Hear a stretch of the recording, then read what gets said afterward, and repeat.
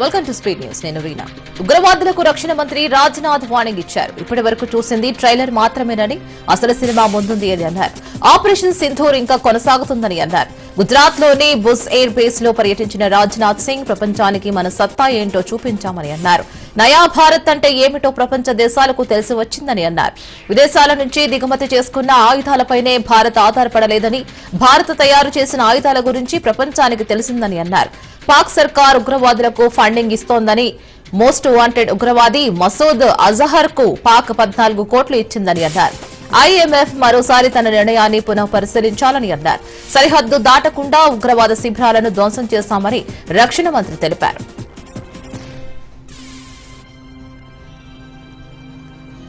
విద్యార్థుల శారీరక మానసిక ఆరోగ్యానికి ఆటలు ఎంతో దోహదపడతాయని కేంద్ర మంత్రి కిషన్ రెడ్డి అన్నారు. హైదరాబాద్ గాంధీనగర్ లో అండర్ 14 క్రికెట్ టోర్నమెంట్ ప్రారంభించారు. హైదరాబాద్ లో ప్లే గ్రౌండ్ల కొరత తీవ్రమైందని అన్నారు. విద్యా సంస్థలు కూడా ఆటలకు ప్రాధాన్యత ఇవ్వకుండా కేవలం చదువుపై మాత్రమే దృష్టి పెడుతున్నాయని అన్నారు. జీహెచ్ఎంసీతో పాటు కొన్ని కాలనీ సంఘాల ప్లే గ్రౌండ్లుగా అభివృద్ది చేయాలని రాష్ట్ర ప్రభుత్వాన్ని డిమాండ్ చేస్తున్నామని అన్నారు. ఈ స్థలాలు రాబోయే తరాల అవసరాలను తీర్చేందుకు ఉపయోగపడతాయని అన్నారు. ప్రతి కాలనీలోని సంఘాలు తమ పరిధిలో ఉన్న ప్లే గ్రౌండ్లను పరిరక్షించే బాధ్యతను తీసుకోవాలని కిషన్ రెడ్డి సూచించారు.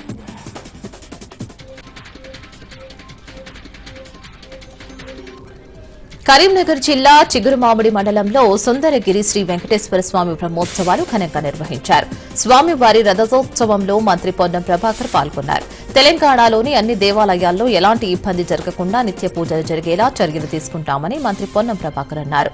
సుందరగిరి వెంకటేశ్వర స్వామి దేవాలయాన్ని అన్ని విధాలుగా అభివృద్ది చేస్తామని మంత్రి పొన్నం ప్రభాకర్ హామీ ఇచ్చారు. డాక్టర్ బిఆర్ అంబేద్కర్ కోనసీమ జిల్లా పి గన్నవరం నియోజకవర్గం వ్యాప్తంగా భారీ వర్షం కురిసింది. ఈదురుగాలులు, ఉరుములు మెరుపులతో కూడిన భారీ వర్షం కురవడంతో వేసవి తాపం నుంచి ప్రజలు సేద తీరారు. ఒక్కసారిగా కురిసిన భారీ వర్షానికి రహదారులు జలమలమయ్యాయి. అకాల వర్షానికి కల్లాల్లో ధాన్యం బస్తాలు తడవడంతో రైతన్నలు ఆందోళన చెందుతున్నారు.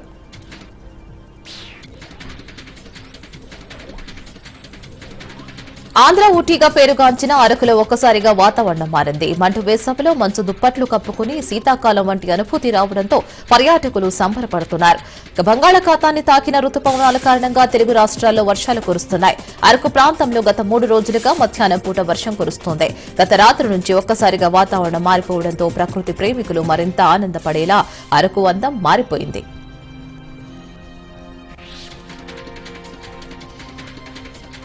శనివారం జేఎన్టీయూ 14వ స్నాతకోత్సవం నిర్వహించనున్నట్లు అనంతపురం జేఎన్టీయూ వీసీ తెలిపారు. 41 మంది గోల్డ్ మెడల్ సాధించిన వారికి ఈ స్నాతకోత్సవంలో ప్రదానం చేయబోతున్నామని తెలిపారు. గవర్నర్ అబ్దుల్ నజీరా, నారా లోకేష్ కార్యక్రమానికి ముఖ్య అతిథులుగా రాబోతున్నారని వెల్లడించారు. స్కిల్ డెవలప్మెంట్ అయ్యే విధంగా స్టూడెంట్స్ కు శిక్షణ ఇవ్వబోతున్నామని వెల్లడించారు.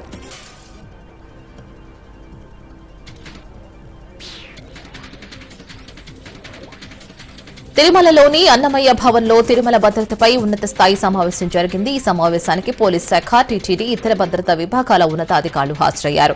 అనంతపురం రేంజ్ డీఐజీ డాక్టర్ పెముషి అధ్యక్షతన ఈ సమావేశం జరిగింది. ఈ సందర్భంగా డీఐజీ మాట్లాడుతూ ఇటీవల పహల్గాం ఉగ్రదాడికి ఘటన నేపథ్యంలో తిరుమల ఆలయంలో భద్రతను మరింత బలోపేతం చేయడమే భద్రతా ఆడిట్ ఉద్దేశమని పేర్కొన్నారు. అలాగే తలకోన, మామండూరు, తంబూరు, తీర్థం, మంగళం మార్గాలు సహా శేషాచల అటవీ ప్రాంతానికి చెందిన 14 ప్రవేశ ద్వారాలలో భద్రతను మరింత పటిష్టం చేయాలని సూచించారు.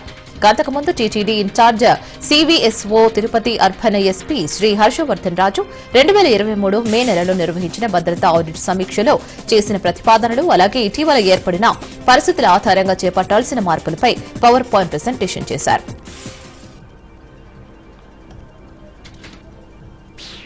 కాకినాడ జిల్లా తుని పట్టణ రాజ మైదానంలో గత కొన్ని రోజులుగా జరుగుతున్న రాష్ట్ర స్థాయి క్రికెట్ టోర్నమెంట్ రాజమండ్రి జట్టు విజయం సాధించింది.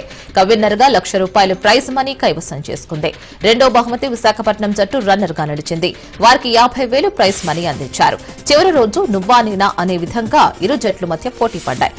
జనసేన రాష్ట్ర నాయకులు బోడపాటి శివదత్ ఆధ్వర్యంలో ఈ క్రికెట్ టోర్నమెంట్ జరిగింది. గెలుపొందిన క్రీడాకారులను రాష్ట్ర పౌర సరఫరాల కార్పొరేషన్ చైర్మన్ తోట సుధీర్, తోట నగేష్ ఘనంగా సత్కరించి కప్పులు అందజేశారు.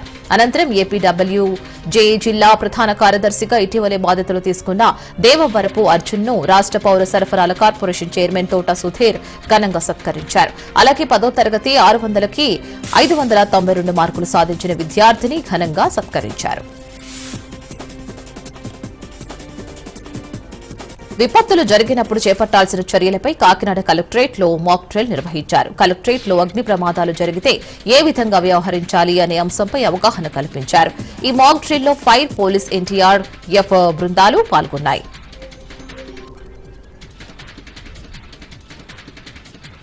కామారెడ్డి జిల్లా కేంద్రంలోని మున్సిపల్ ఆఫీస్ ఆవరణలో మున్సిపల్ కార్మికులు 2 నెలల కోసం విధులు బహిష్కరించి ధర్నా నిర్వహించారు. మున్సిపల్ కమిషనర్ అందుబాటులో లేకపోవడంతో మున్సిపల్ ఆఫీస్ మేనేజర్ గా గోపాల్కి వేతనాలు ఇవ్వాలని వినతి పత్రం ఇచ్చారు. దాదాపు 150 మందికి పైగా మున్సిపల్ ఆఫీస్ ఎదుట ధర్నా చేపట్టినప్పటికీ కమిషనర్, మున్సిపల్ అధికారులు ఎవరూ స్పందించకపోవడంతో ఆందోళన కొనసాగించారు. ఇక దీంతో పోలీసులు వచ్చి మేనేజర్ దగ్గరికి తీసుకువెళ్లి మాట్లాడించారు. దీంతో సమ్మె విరమించారు. మరోవైపు ఈ నెల 20వ తేదీలోగా అకౌంట్లో వేస్తామని మున్సిపల్ కమిషనర్ హామీ ఇచ్చారు.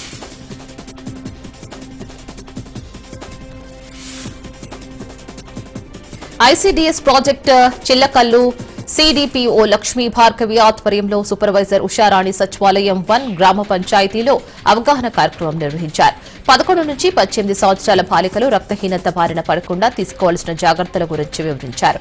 కార్యక్రమానికి మేజర్ గ్రామ పంచాయతీ సర్పంచ్ వేల్పుల పద్మకుమారి, సీడీపీఓ లక్ష్మీ భార్గవి, సూపర్వైజర్ ఉషారాణి, ఏఎన్ఎంపీలు, ఆశా వర్కర్లు పాల్గొన్నారు.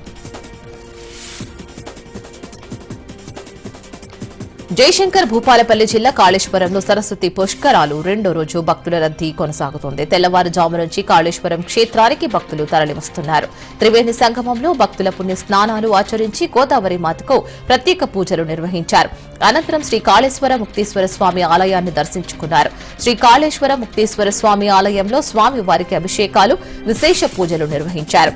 పూర్ణానంద సరస్వతి స్వామికి ఆలయ అర్చకులు పూర్ణకుంభంతో స్వాగతం పలికారు.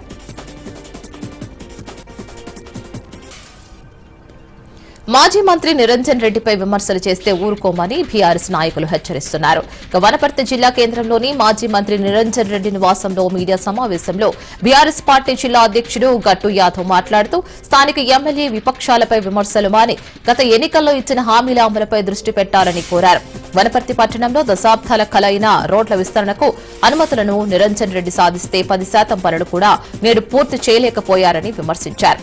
ఐటీ హబ్, పాలిటెక్నికల్ ఆధునీకరణ ఎంతవరకు వచ్చిందని ప్రశ్నించారు. 6 గ్యారంటీలు, 420 హామీలు అమలు చేయాలని ప్రజలు డిమాండ్ చేస్తుంటే వాళ్లకు ముఖం చాటేసి అసహనంతో నిరంజన్ రెడ్డిని ఆడిపోసుకోవడం న్యాయమా అని కూడా ఎమ్మెల్యే మేఘారెడ్డిని ప్రశ్నించారు. బాపట్ల జిల్లా పర్చూరు ప్రాంతంలో తెల్లవారుజాము నుంచి కురుస్తున్న వర్షానికి వాగులు, వంకలు పొంగి ప్రవహిస్తున్నాయి. పలు ప్రాంతాల్లో వాహనాల రాకపోకలు నిలిచిపోయాయి. ప్రయాణికులు తీవ్ర ఇబ్బందులు పడుతున్నారు. వర్షం దాటికి ఇంకొల్లు వద్ద కప్పలాగు వాగు ఉధృతంగా ప్రవహిస్తూ ఉండడంతో ఇంకొల్లు, పర్చూరు మధ్య వాహనాల రాకపోకలు నిలిచిపోయాయి. ఎద్దనపూడి వద్ద పర్చూరు వాగు, పోలూరు వద్ద తొమ్మల వాగుకు భారీగా వర్షం నీరు చేరడంతో ఉధృతంగా ప్రవహిస్తోంది. దీంతో ప్రజల రాకపోకలకు తీవ్ర అంతరాయం ఏర్పడింది. పలు చోట్ల వర్షానికి పొలాల్లో ఆరబెట్టిన పొగాకు, మిర్చి తడిచిపోయింది. ఇక చేతికి అందిన పంట నీళ్లు పాలు కావడంతో రైతులు ఆందోళన చెందుతున్నారు.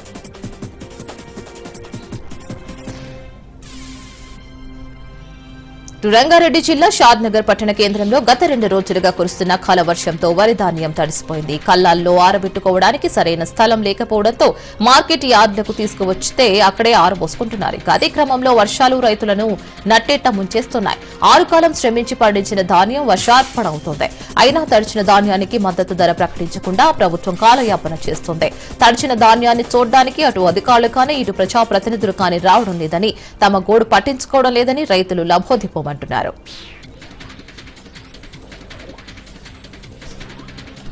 ఆపరేషన్ సింధూర్ విజయాన్ని స్వాగతిస్తూ 1000 అడుగుల జాతీయ జెండాతో ర్యాలీ నిర్వహించారు. తిరుపతి జిల్లా ఎంఆర్ పల్లి సర్కిల్ నుంచి అన్నమయ్య సర్కిల్ వరకు ర్యాలీ నిర్వహించారు. యుద్దంలో ప్రాణాలు కోల్పోయిన వారిని గుర్తు చేసుకుంటూ భారత్ మాతాకి జై అంటూ నినాదాలు చేస్తూ పెద్ద ఎత్తున ర్యాలీ నిర్వహించారు. ఈ ర్యాలీకి యువత స్వచ్ఛందంగా తరలివచ్చింది.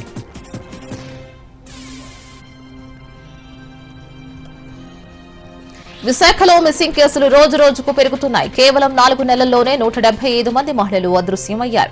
కేసును సీరియస్ గా తీసుకున్న విశాఖ సిపి పోలీసులకు పలు సూచనలు చేశారు. సిపి ఆదేశాలతో రంగంలో దిగిన పోలీసులు ఏకంగా 135 కేసులను ఛేదించారు. అయితే బాధితుల సెల్ ఫోన్ ఆధారంగా మిస్టరీ వీడుతున్నట్లు పోలీసులు వెల్లడించారు. అంతేకాదు సోషల్ మీడియా వేదికగా పరిచయమైన వారితో వెళ్లామని మహిళలు చెప్పడంతో పోలీసులు కంగుతున్నారు. విచారణతో తమకు ఇలాంటి విషయాలు ఎన్నో తెలిసాయంటున్నారు పోలీసులు. అయితే ఇంకా 47 మంది మహిళల ఆచూకీ కోసం పోలీసులు గాలింపు చర్యలు చేపట్టారు. మరోవైపు ఎప్పటికప్పుడు తాము కౌన్సిలింగ్ ఇస్తున్నట్లు కూడా పోలీసులు తెలిపారు.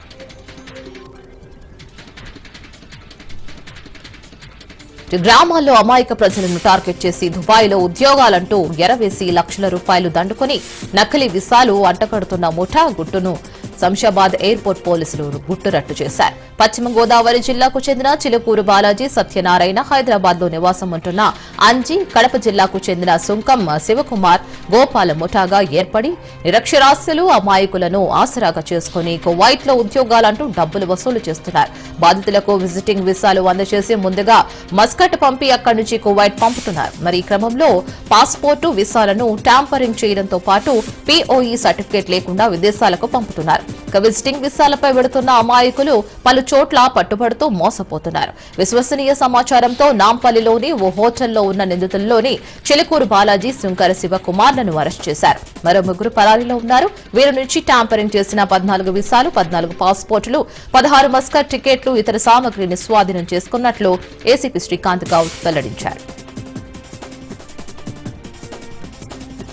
ములుగు జిల్లా నూగూరు వెంకటాపురం మండలం నూడు సూరవీడు ప్రాంతంలో టేకు దొంగలు ఉన్నాయన్న సమాచారంతో ఎదిరా సెక్షన్ ఆఫీసర్ జయసింగ్ సారథ్యంలో దాడులు నిర్వహించారు. Bit officer G Swarnalatha base camp staff తో కలిసి వెళ్లి చూడగా 10 టేకు దొంగలు అక్కడ డంపింగ్ చేసి ఉన్నాయి. మరి ఆ టేకు దొంగలను ఛత్తీస్గఢ్ అడవి ప్రాంతం నుంచి తీసుకువచ్చినట్లు సమాచారం. వాటిని ట్రాక్టర్ సహాయంతో వెంకటాపురం రేంజ్ ఆఫీస్ కు తరలించారు. వెంకటాపురం రేంజ్ ఆఫీసర్ వంశీ వాటికి పంచనామా చేశారు. వాటి విలువ సుమారు 3,70,000 రూపాయలు ఉంటుందని Venkatapuram range FRO officer Vamshi తెలిపారు.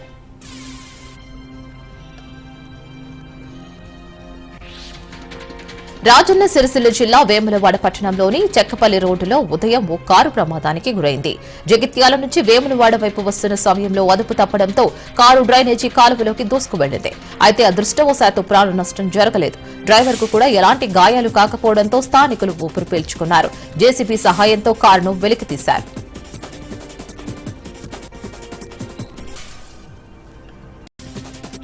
మూగ జీవాలకు సప్లై చేసే సరుకులు సరిగ్గా సరఫరా చేయకుండానే చేసినట్లు బిల్లులు పెట్టడం, సరుకులు తెచ్చిన 3-4 రోజుల తర్వాత బిల్లులు పెట్టడం పరిపాటిగా మారింది.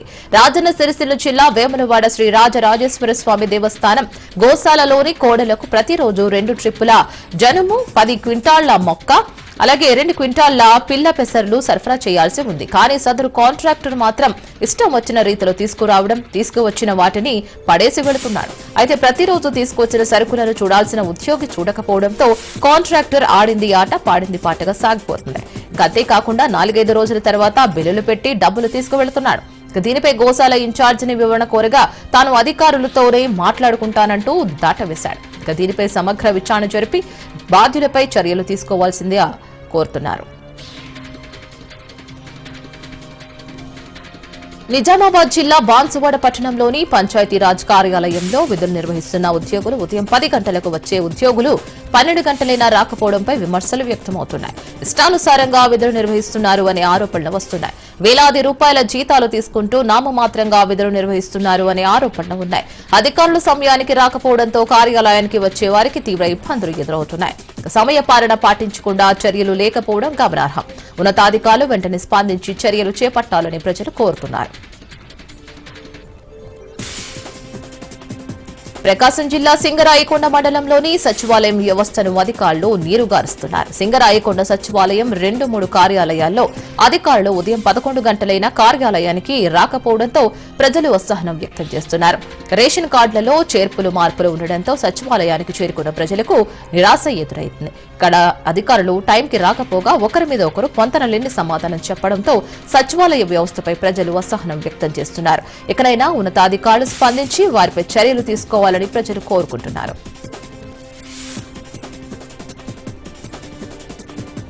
బాపట్ల జిల్లా చీరాలలో ఫుడ్ సేఫ్టీ అధికారులు తనిఖీ చేశారు. స్థానిక బస్టాండ్ సెంటర్లోని Balaji canteen, Janaki defence, Anu sweets కార్టనాలలో సరైన పరిశుభ్రత, అలాగే పరిశుద్ధ్య నిర్వహణ, ఆహార పదార్థాలు, వంట నూనె నాణ్యత ప్రమాణాలను కూడా ఆహార భద్రతా అధికారులు పరిశీలించారు. క్యాంటీన్లలో ఉపయోగించే ధనియాలు, కందిపప్పులో నాణ్యత లోపాలను గుర్తించిన అధికారులు సరుకు అమ్మిన వారి వివరాలతో పాటు శాంపిల్స్ ను సేకరించి ల్యాబ్ కు పంపించినట్లు తెలిపారు. అలాగే లైసెన్స్ లేకుండా హోటల్స్ నిర్వహిస్తున్న జానకి టిఫిన్స్ కు నోటీసు జారీ చేశారు. ఎవరైనా ప్రజారోగ్యానికి హాని కలిగించే విధంగా ఆహార పదార్థాలు తయారు చేసి విక్రయిస్తే కఠిన చర్యలు తప్పవని ఫుడ్ సేఫ్టీ అధికారి ప్రభాకర్ హెచ్చరించారు.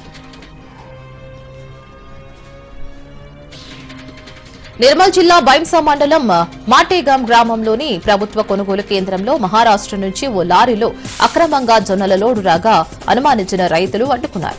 అధికారులను నిలదీయడంతో అక్కడికి చేరుకున్న రెవెన్యూ అధికారులు, వ్యవసాయ అధికారులు లారీని సీజ్ చేసి పోలీస్ స్టేషన్ కు తరలించారు. తెలంగాణ ప్రభుత్వం జొన్నలకు భారీగా మద్దతు ధర ఇచ్చి కొనుగోలు చేస్తున్న నేపథ్యంలో ఇక్కడి దళారులు మహారాష్ట్రకు చెందిన వ్యాపారులతో కుమ్మక్కై పెద్ద మొత్తంలో అక్రమ రవాణాకు తెరలేపారు. అందుకే వ్యవసాయ అధికారులు పకడ్బందీగా పంటల సర్వే నిర్వహించాలని కూడా రైతులు డిమాండ్ చేశారు.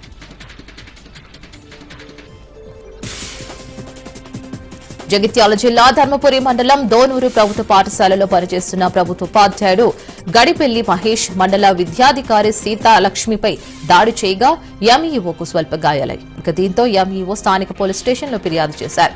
దోనూరు గ్రామ పాఠశాలలో ఈ నెల 22న ఓ కార్యక్రమం ఉన్న నేపథ్యంలో ఎంఈఓ ఏర్పాట్ల కోసం ఆ పాఠశాలకు వెళ్లగా అక్కడ పనిచేసే ఉపాధ్యాయులు గొడవ పడుతున్నారు. గొడవను వారించడానికి మధ్యలోకి వెళ్లగా గడిపల్లి మహేష్ అనే ఉపాధ్యాయుడు దాడి చేశాడని స్థానిక పోలీస్ స్టేషన్లో ఫిర్యాదు చేసినట్లు ఎంఈఓ సీతాలక్ష్మి తెలిపారు.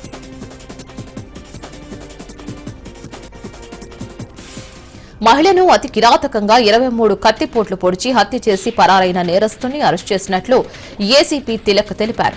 ఎన్టీఆర్ జిల్లా నందిగామ పట్టణంలోని కేవీఆర్ కళాశాల వద్ద నివసించే మల్లెలదుర్గ శ్రవంతితో పట్టణానికి చెందిన అచ్చి నరసింహారావు కొంతకాలంగా వివాహేతర సంబంధం కొనసాగిస్తున్న నేపథ్యంలో ఆమెపై అనుమానం, ఆర్థిక లావాదేవీల కారణంగా ఇద్దరి మధ్య ఘర్షణలు తలెత్తాయి. దీంతో 23 కత్తిపోట్లు పొడిచి హత్య చేసినట్లు ఏసీపీ తిలక్ వెల్లడించారు. ముద్దాయి అచ్చి నరసింహారావును చాకచక్యంగా వ్యవహరించి పట్టుకున్నట్లు, ఇతనిపై గతంలో 9 కేసులు నమోదైనట్లు తెలిపారు. నిందితుడి వద్ద నుంచి కత్తిని, సెల్ ఫోన్లు, కారును సీజ్ చేసి కోర్టులో హాజరుపరుస్తున్నట్లు ఏసీపీ తిలక్ వెల్లడించారు.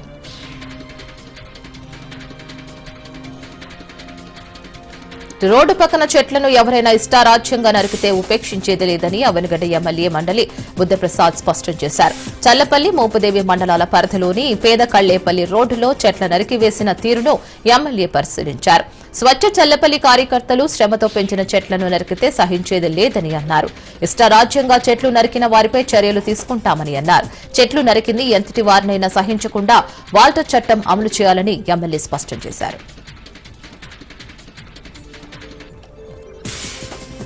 తిరుమల శ్రీ వెంకటేశ్వర స్వామిని ఇస్రో చైర్మన్ వి నారాయణ్ దర్శించుకున్నారు. శుక్రవారం ఉదయం వీఐపీ విరామ సమయంలో స్వామివారి సేవలు పాల్గొని మొక్కులు చెల్లించుకున్నారు.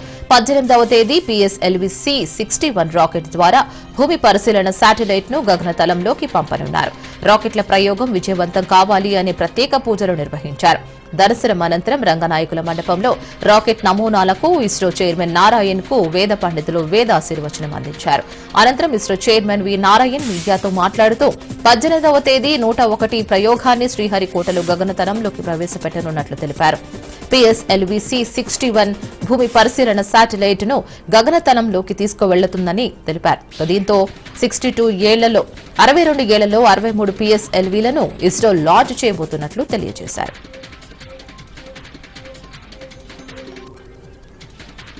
ప్రముఖ పుణ్యక్షేత్రమైన శ్రీకాళహస్తీశ్వర స్వామి వారి దేవస్థానానికి ISRO chairman doctor V Narayan కుటుంబ సభ్యులతో కలిసి వచ్చారు.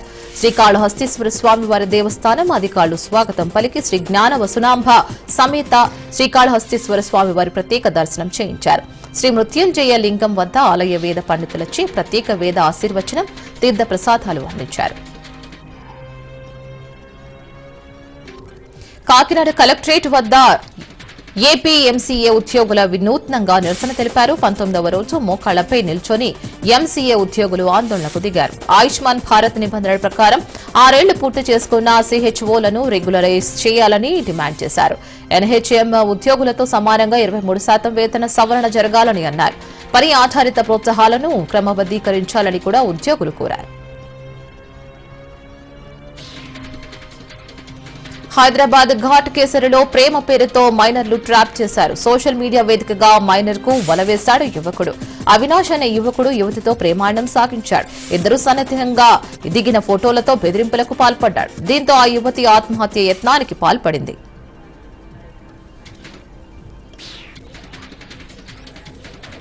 హైదరాబాద్ లో నకిలీ సర్టిఫికెట్ల దందా వ్యవహారం కలవరం రేపుతోంది. ఎస్ఓటీ పోలీసులు 6 అరెస్ట్ చేశారు. ఈ ముఠాకు నకిలీ సర్టిఫికెట్లు ఢిల్లీ కేంద్రంగా ఉన్న ప్రధాన సూత్రధారులు తయారు చేసి ఇస్తున్నట్లు గుర్తించారు. ఇలా గుట్టుగా కొన్నేళ్లుగా నకిలీ సర్టిఫికెట్లు, ఫేక్ డాక్యుమెంట్స్ దందా నడుస్తూ ఉండడంతో కొంత ఆందోళన కలిగిస్తోంది. నిందితులను అదుపులోకి తీసుకున్న ఎస్ఓటీ పోలీసులు నకిలీ సెల్ డీడ్ పత్రాలు, బర్త్ కాస్ట్ సర్టిఫికెట్లు, రెవెన్యూ బాండ్ పేపర్లు స్వాధీనం చేసుకున్నారు. హైదరాబాద్ లో కారు బీభత్సం సృష్టించింది. లంగర్ హౌస్ పై ఫ్లైఓవర్ పై కారు పల్టీ కొట్టింది. మెహదీపట్నం వైపు నుంచి లంగర్ హౌస్ వెళ్తూ ఉండగా ఈ ప్రమాదం జరిగింది. ఎయిర్ బెలూన్స్ ఓపెన్ కావడంతో కారులో ఉన్న వ్యక్తికి ఎలాంటి ప్రాణహాని జరగలేదు. ఈ ఘటనలో కారు నుజ్జునుజ్జైంది. మరి ప్రమాదంతో ఫ్లైఓవర్ పై భారీగా ట్రాఫిక్ జామ్ అయింది. పోలీసులు ట్రాఫిక్ క్లియర్ చేశారు. కారులో ఉన్న వ్యక్తికి గాయాలు కావడంతో అతన్ని ఆసుపత్రికి తరలించారు. నుజ్జునుజ్జైన కారును పోలీసులు క్రెయిన్ సహాయంతో పిఎస్ కు తరలించారు. డ్రైవింగ్ చేసేటప్పుడు మద్యం సేవించాడా లేక అతివేగంతో ప్రమాదం జరిగిందా అన్న కోణంలో పోలీసులు దర్యాప్తు చేస్తున్నారు.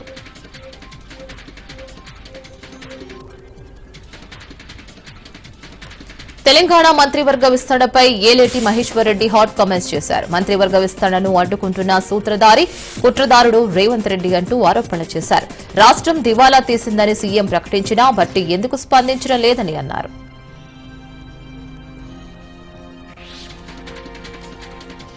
వైసీపీ చీఫ్ జగన్ పై మంత్రి రామ్ ప్రసాద్ రెడ్డి ఆగ్రహం వ్యక్తం చేశారు. జగన్ పేద ప్రజల రక్తం తాగాడని, పేద ప్రజలను కష్టాలకు గురిచేసి అక్రమ కేసులు బనాయించిన ఘనత జగదేనని విమర్శించారు. రైతులు, కార్మికుల ఉసురు తగిలి ప్రభుత్వం నుంచి వైదొలిగారని అన్నారు.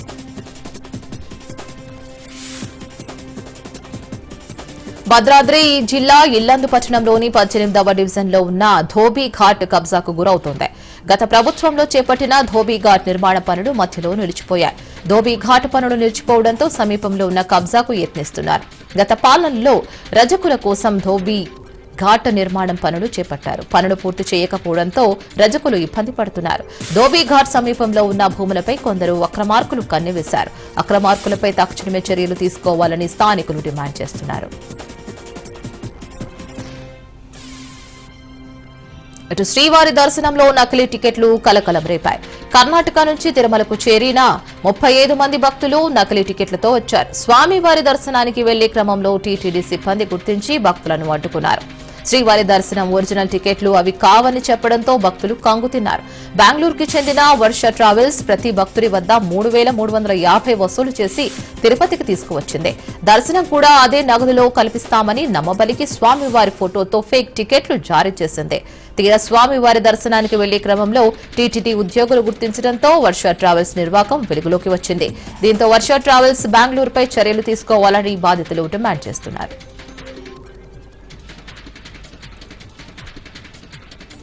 గన్నవరం మాజీ ఎమ్మెల్యే వల్లభనేని వంశీపై మరో కేసు నమోదైంది. గన్నవరంలో అక్రమ మైనింగ్ కు పాల్పడ్డారని కేసు నమోదు చేశారు పోలీసులు. 58 పేజీలతో వంశీపై మైనింగ్ ఏడీ ఫిర్యాదు చేసినట్లు పోలీసులు వివరించారు. బినామీ పేరిట 150 కోట్లు దోచుకున్నారని కూడా ఫిర్యాదులో పేర్కొన్నట్లు తెలిపారు. క్రైమ్ నెంబర్ 142/2025లో గన్నవరం పిఎస్ లో వంశీపై కేసు నమోదు కాగా కోర్టులో పీటీ వారెంట్ దాఖలు చేయాలని పోలీసులు నిర్ణయం తీసుకున్నారు.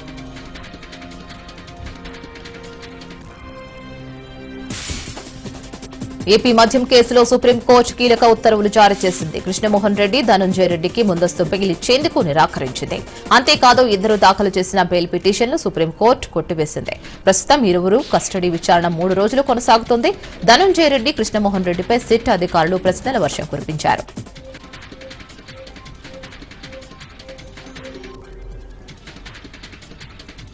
భూభారతి రెవెన్యూ సదస్సు వద్ద హైటెన్షన్ నెలకొంది. అంతేకాదు కాంగ్రెస్ మంత్రులకు చేదు అనుభవం ఎదురైంది.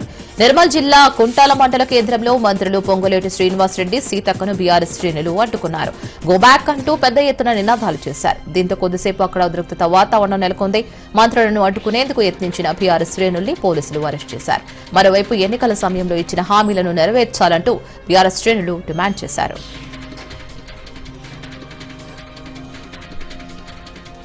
ఇండియా కూటమిపై చిదంబరం కీలక వ్యాఖ్యలు చేశారు. కూటమి అతుకులు కదులుతున్నట్లుగా, దారాలు ఊడిపోతున్నట్లుగా కనిపిస్తుందని అన్నారు. అయితే దీన్ని సరిదిద్దడానికి ఇంకా సమయం ఉందని, తిరిగి కూటమిని బలోపేతం చేయవచ్చునని కూడా తెలిపారు.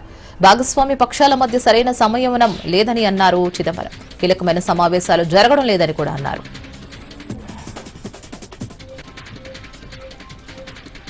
భారత్ పాక్ మధ్య యుద్ధాన్ని తానే ఆపానని ఇప్పటికే చాలాసార్లు ప్రకటించిన అమెరికా అధ్యక్షుడు డొనాల్డ్ ట్రంప్ వెనక్కి తగ్గారు. ఇప్పుడు తాను భారత్ పాక్ మధ్య యుద్ధాన్ని ఆపలేదని కూడా ప్రకటించారు.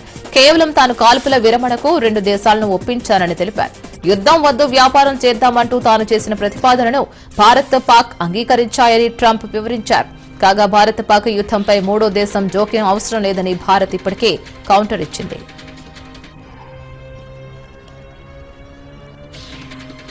జమ్మూ కాశ్మీర్లో భద్రతా బలగాలు ఉగ్రవాదుల భరతం పడుతున్నారు.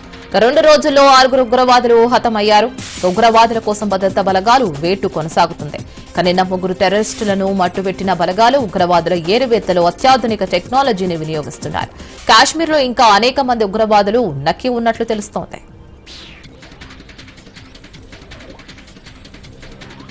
టర్కీ వస్తువులపై భారత్లో నిషేధాజ్ఞలు విధించింది కేంద్రం. టర్కీ జ్యువెలరీపై భారత ప్రభుత్వం నిషేధం విధించింది. టర్కీ నుంచి జ్యువెలరీ దిగుమతిని రాజస్థాన్ జ్యువెలరీ వ్యాపారులు రద్దు చేసుకున్నారు. ఇప్పటికే టర్కీ ఆపిల్స్ టూరిజంపై రద్దు చేసుకోగా తాజాగా జ్యువెలరీపై కూడా ఆ ప్రభావం పడింది. మొన్నటికి జరిగిన ఆపరేషన్ సింధూర్లో టర్కీ పాకిస్తాన్ కు వత్తాస పలికింది. భారత్ చేసిన సాయాన్ని మరిచి విశ్వాసఘాతకానికి పాల్పడింది. దీంతో భారత్ టర్కీ పట్ల కఠినంగా వ్యవహరిస్తోంది.